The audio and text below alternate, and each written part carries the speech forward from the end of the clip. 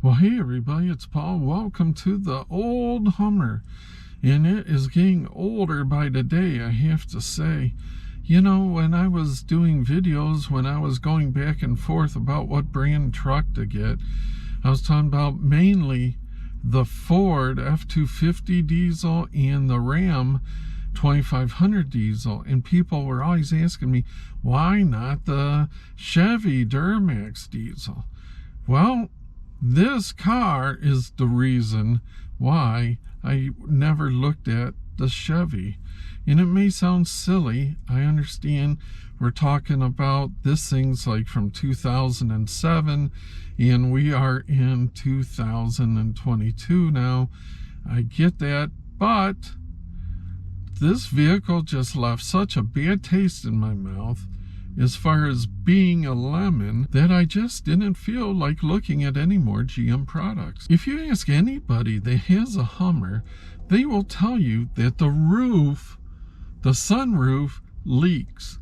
For some reason, they have the drains come down and it comes down the arms where the airbags are on the side pillars here, and then they get all gummed up and filled up with debris, and then they start to leak and it spills into your floor. It's just a nightmare.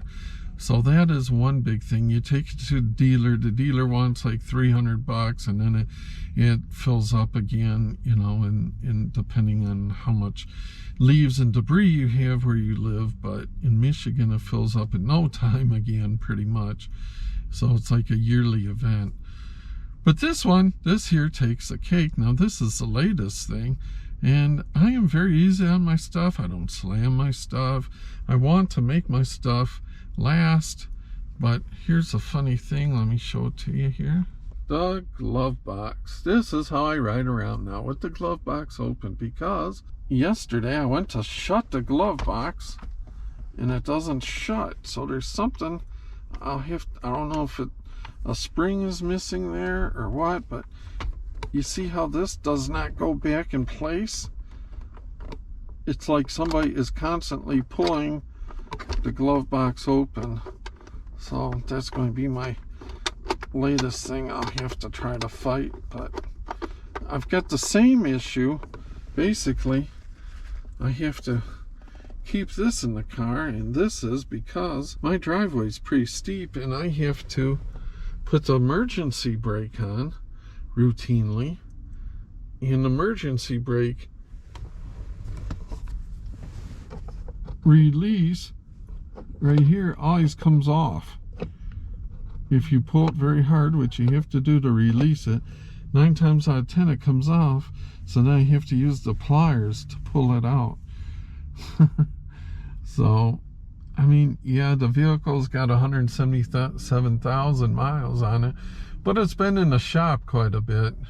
I'll tell you, thankfully, and I'm not usually one to do it, but I had read stuff online. People bought the extended warranty, which I did, and sadly, or however you want to say it, the warranty did work out because this thing was in the shop quite a bit. So, in a nutshell, that is why I decided to go with either the Ford or the Ram and not even consider the Chevy, just because of my bad experience with this H3. It's been a pain in the butt. I mean, it's a cool little car to drive into town, you know, 10 minutes each way.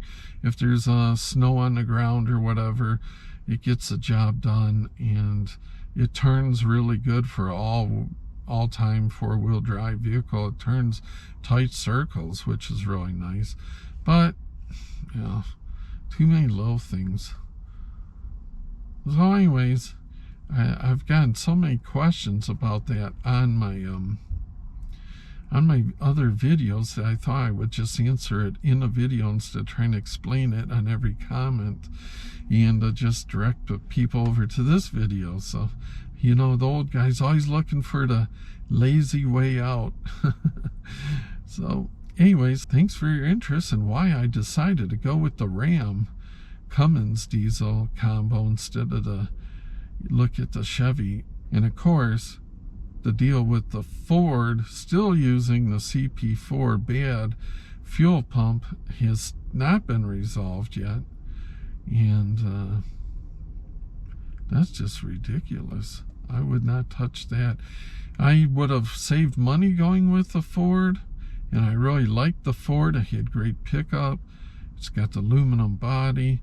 He has a lot of pluses, plus A plan. That's a major plus, but I still went with the Ram because I could not deal with the stress of that CP4, the bad fuel pump possibly causing so much damage, expensive damage. So anyways, that's why I went with the Ram.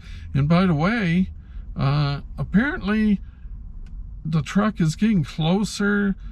They give you codes, and there's rail 1, rail 2, and then it's delivery.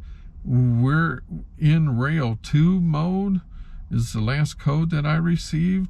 So before long it should be out for delivery. And my understanding is it gets railed up to Louisville, and I am Louisville, Kentucky, and I am picking it up there. I'm picking it up in Kentucky. So once it gets off the rail there, it should not take too long for delivery, and then probably a couple days for prep, I'm assuming. So they keep saying by the end of the month, so it's looking like that's probably what's gonna be. So fingers crossed, looking forward to it, doing a lot of videos on it then. So thanks for tuning in. We'll see you.